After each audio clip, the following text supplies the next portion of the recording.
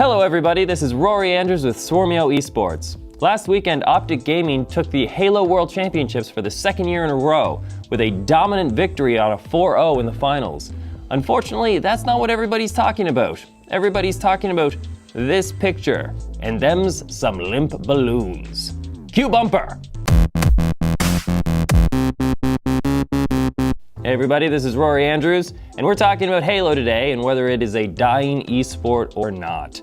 This weekend, the Halo World Championships for 2017 occurred, with Optic Gaming taking the $1 million prize purse, which is a huge prize purse for esports, don't get me wrong, but unfortunately what people were talking about and tweeting were these pictures. And as you can see, there's barren stands and there's limp balloons and there are not many people at the event.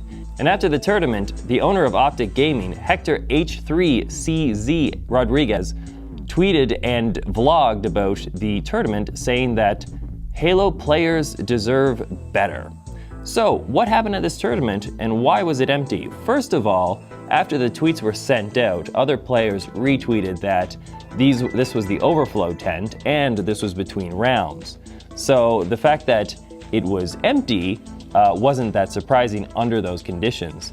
The actual main tent looked a lot different. It looked like an actual esports event, as you can see here.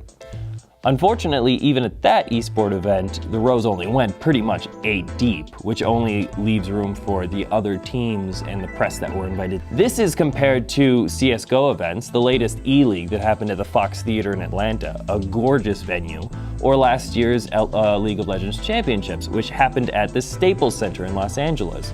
The semifinals happened at Madison Square Garden in New York. These are huge events and add legitimacy to the sport. These tweets do not add legitimacy to esports, which brings us to the question, is Halo as an esport dying? First, let's talk about the prize pool of this event. It was $1 million with this venue. That leads to the question of whether this was a last-minute pick or not. Rumor has it that they had another venue in place that fell through and they were forced to do it at the ESL campus in Burbank, California.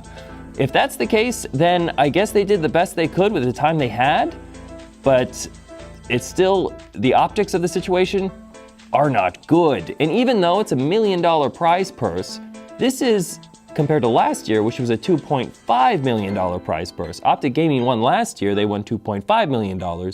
They won this year, they won $1 million. Still huge pots for esports, but that leads us to the question is the prize pool the actual draw? Think about the Super Bowl or the World Series. Do you talk about how much the players win, what kind of money they gain at the end of the season if they win the Super Bowl or the World Series? No, you don't, because the prize money isn't the draw. The being the best in the world is the draw. So how long can esports really go on the draw of these giant prize pools? How long can that legitimize the field? Now, for all you Halo fanboys out there, trust me, I don't want to see the franchise die.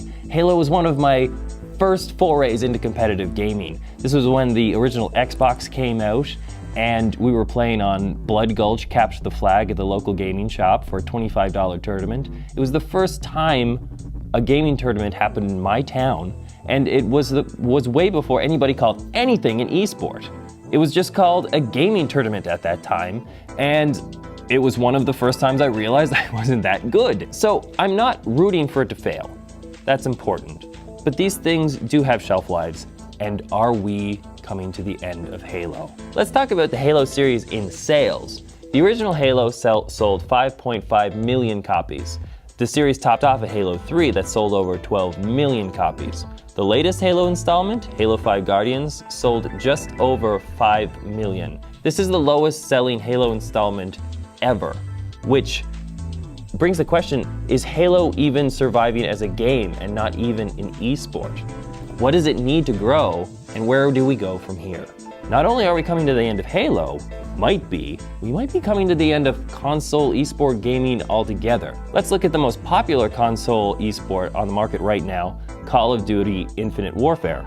Right now on Twitch, it's ranked 37th on average viewers. This is compared to Halo, which is ranked 55th. Right now, Halo gets about 1,700 people viewing Halo 5 Guardians at a time. This is compared to League of Legends, which gets 130,000, and CSGO, which has 80,000. 1,700 is not very big when it comes to that.